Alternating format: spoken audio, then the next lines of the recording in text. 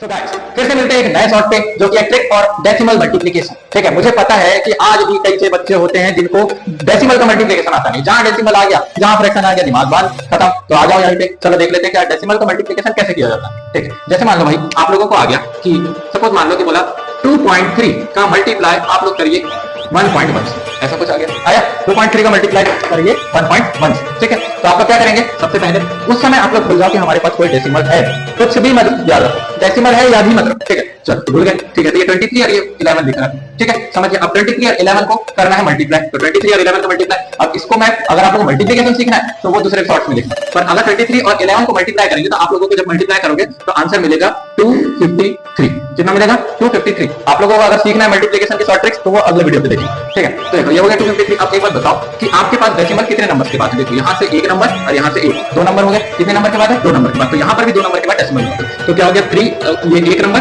और ये 2 नंबर, ये लग गया आपका डेसिमल। तो आंसर कितना आ गया? 253। जब आप ऑपरेशन लगा रहे हैं मल्टीप्लिकेशन का उस समय मत देखो यार कि आपके पास मल्टीप्लिकेशन में डेसिमल है क्या। जैसे मान लो, जैसे एक और क्वेश्चन लेता हूं, जैसे मैंने बोला 2.325 और इसका मल्टीप्लाई सपोज मान लो कि आपके पास आ गया किसके साथ, मान लो कि अपने को ले लेते 7 के साथ आ गया। सिंपल मैं बता रहा हूं। ठीक है, उसके बाद और हायर ऑर्डर के भी ले सकते हैं। अब देखो इसका मल्टीप्लाई करना, पहले भूल जाओ कि आपके पास कोई डेसिमल है, तो आप क्या करेंगे 7 5 35, ओके डन। उसके बाद 7 से 14 और 3 कितना हो गया 13।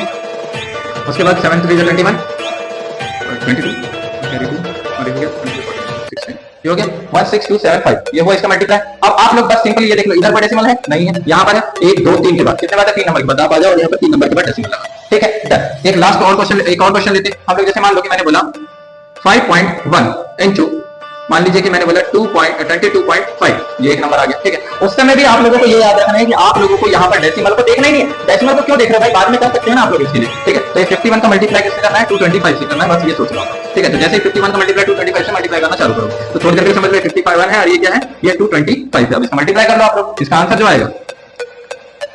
अब क्या लगता है आपको, इतना बड़ा नंबर का मल्टीप्लाई नहीं कर सकते? कर लेंगे, देखो आ जाओ देखते हैं कैसे करते हैं। 51 का मल्टीप्लाई 5 टाइम्स, 50 का टेबल पहले पढ़ लो कितना है, 5 टाइम्स क्या हो गया 250, और 1 का टेबल 5 टाइम्स पढ़ लो कितना हो गया 5, तो 255। 255 का 5 कैरी 25 रख दिए। अब देखो 51 into 2 कितना हो गया 102, 102 में कितना जोड़ कर 25 0, तो कितना हो गया 102 में 127, 127 का 7 और यहाँ पे आया कैरी 12। ठीक है, फिर से 102 में 2 जोड़ा 104 और 114, ये हो गया आप लोगों का आंसर। अब जो आंसर आया इसमें चेक करो कितने डेसिमल है, यहाँ एक नंबर, यहाँ 2 नंबर, 2 नंबर के बाद डेसिमल लगा दो, तो ये हो गया आप लोगों का आंसर। ओके, अब मैं आप लोगों को एक क्वेश्चन दूंगा जिसके लिए होमवर्क के लिए। ठीक है, ओके, तो आप लोग मुझे कमेंट बॉक्स में देंगे इसका आंसर, कमेंट करें कि आप लोगों को मैंने दिया कि 22.57 का मल्टीप्लाई 1.2 से करें और इसका आंसर बताएं कमेंट बॉक्स में। Thank you. और एक बात, एडिशन का डेसिमल में अलग होता है, मल्टीप्लिकेशन डेसिमल में अलग होता है। ठीक है, तो अगर एडिशन का देखना है तो इसके नेक्स्ट पार्ट में हम लोग एडिशन की बना देंगे डेसिमल में। Thank you.